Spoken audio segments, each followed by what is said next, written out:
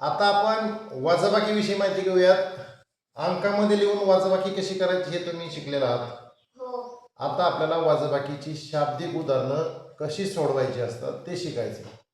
एक लक्षात घ्या, वजाबाकीचं शाब्दिक उदाहरण आहे हे कसं ओळखायचं हे आपल्याला पहिले समजलं पाहिजे. दिलेलं उदाहरण हे वजाबाकीचं आहे की बेरजेचं आहे, गुणाकाराचं आहे की भागाकाराचं आहे, हे आपल्याला ते उदाहरण वाचून ओळखता आलं पाहिजे.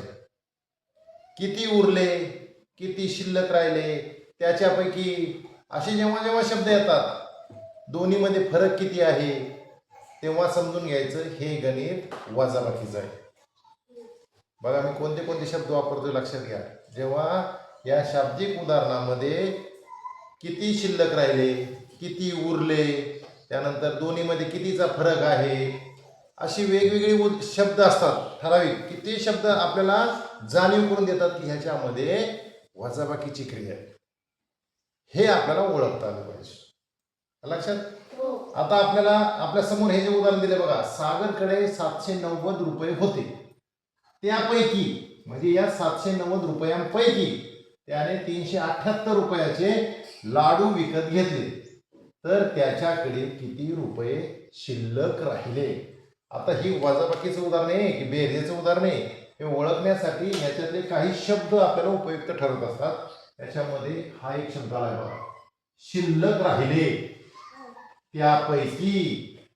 त्यापैकी आणि शिल्लक हे जे शब्द आहेत हे आपल्याला सांगतात की हे उदाहरण वजाबाकीचं आहे. हे लक्षात घ्या. यामध्ये थोडक्यात त्याला क्ल्यू म्हणतो आपण, चावी. हे शब्द तुम्हाला ओळखता आले पाहिजे. हे शब्द आपल्याला काय अर्थ सांगतात. मग आता आपल्याला कळलं की हे गणित वजाबाकीचं आहे. पहिली गोष्ट आपल्याला हे समजलं पाहिजे की हे उदाहरण कशाचं आहे. त्याच्यानंतरची पुढची पायरी आपल्याला की आपल्याला ते मांडणी करायची आता अंकाच्या रूपात. आता दिलेलं हे सगळं शाब्दिक उदाहरण आहे. आपल्याला आता वजाबाकी करायची म्हटल्यानंतर त्याला अंकात मांडून त्याची वजाबाकी करावं लागणार.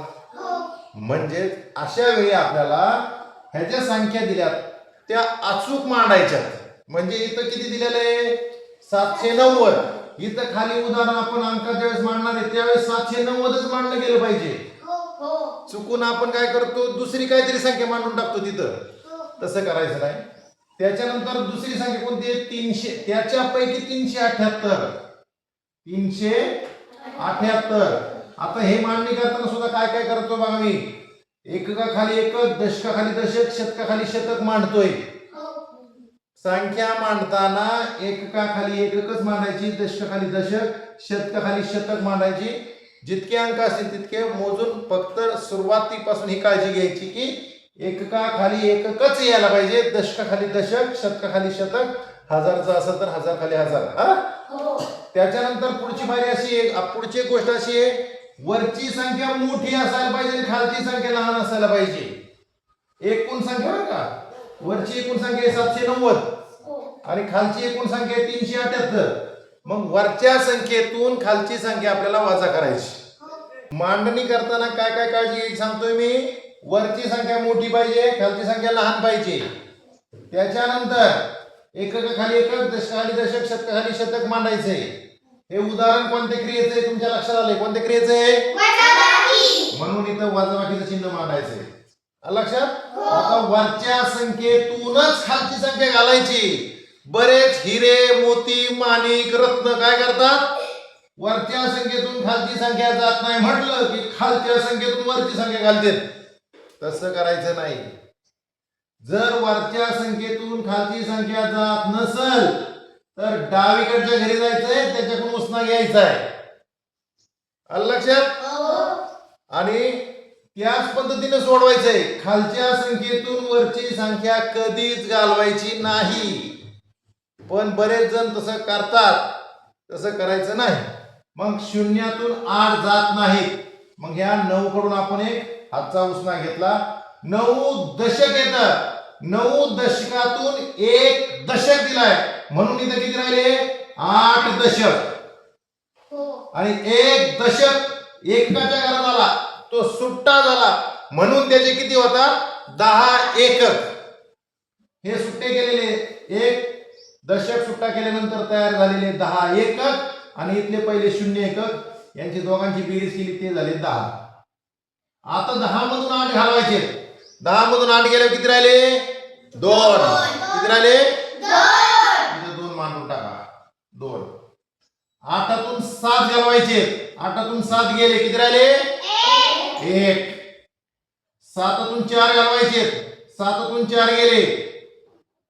तुम्हाला मी यापूर्वी सांगितलेले सरावाशिवाय या गोष्टी शक्य नाहीत.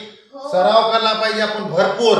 आता पहा, जर जोपर्यंत सराव करत आहेत तुम्ही तोपर्यंत कसं सोडवायचं? वरची संख्या किती आहे? 7. 7 रेषा ओढा. 1 2 3 4 5 6 7. या 7 मधून 3 घालवायचे.